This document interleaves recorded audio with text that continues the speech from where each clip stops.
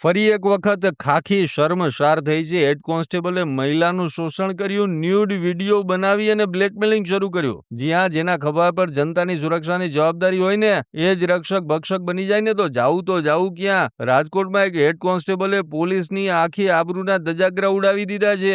રાજકોટમાં પોલીસ બેડામાં ચોંકાવી દેનારી ઘટના સામે આવી. ઇમરાન રાઉમાન નામના એક હેડ કોન્સ્ટેબલ સામે દુષ્કર્મની ગંભીર ફરિયાદ નોંધાઈ છે. પીડિત મહિલાએ મીડિયા સમક્ષ રડતા પોતાની આપવીતી જણાવી, જે સાંભળીને કોઈનું પણ કાળજું કંપી જાય. આરોપ છે કે પડોશમાં રહેતા હેડ કોન્સ્ટેબલે મહિલાની એકલતાનો લાભ ઉઠાવી અવારનવાર દુષ્કૃત્ય આચર્યું. એટલું જ નહીં, મહિલાના ન્યૂડ વિડીયો બનાવી સોશિયલ મીડિયામાં વાયરલ કરી દેવાની ધમકી આપી બ્લેકમેલિંગ કરવાનું શરૂ કર્યું હતું. સૌથી ચોંકાવનારી વાત તો એ છે કે આ નરાધમે મહિલાની સાથે તેની માસૂમ દીકરીને પણ ધમકી આપી હતી અને તેની સાથે પણ અડપલા કર્યા હોવાના ગંભીર આક્ષેપ મહિલાએ કર્યા છે. મહિલા અત્યાચારથી કંટાળીને અંતે વીએચપી એટલે કે વિશ્વ હિન્દુ પરિષદના શરણે પહોંચી હતી. વીએચપીની મદદ બાદ પોલીસે તાત્કાલિક એક્શન લઈ હેડ કોન્સ્ટેબલ ઇમરાન રાઉમાની ધરપકડ કરી લીધી છે. વીએચપી આ ઘટનાના પગલે હિન્દુ દીકરીઓને સંદેશ આપ્યો છે કે કોઈ પણ વિધર્મી યુવક કે નરાધમથી ડરવાની જરૂર નથી. જો કોઈ તમને હેરાન કરતું હોય તો અમારો સંપર્ક કરો. લોકો સવાલ કરી રહ્યા છે કે જે પોલીસના ડરથી ગુનેગારો કાપવા જોઈએ તે જ પોલીસમાં રહેલા આવા નરાધમોને કેવી સજા મળવી જોઈએ?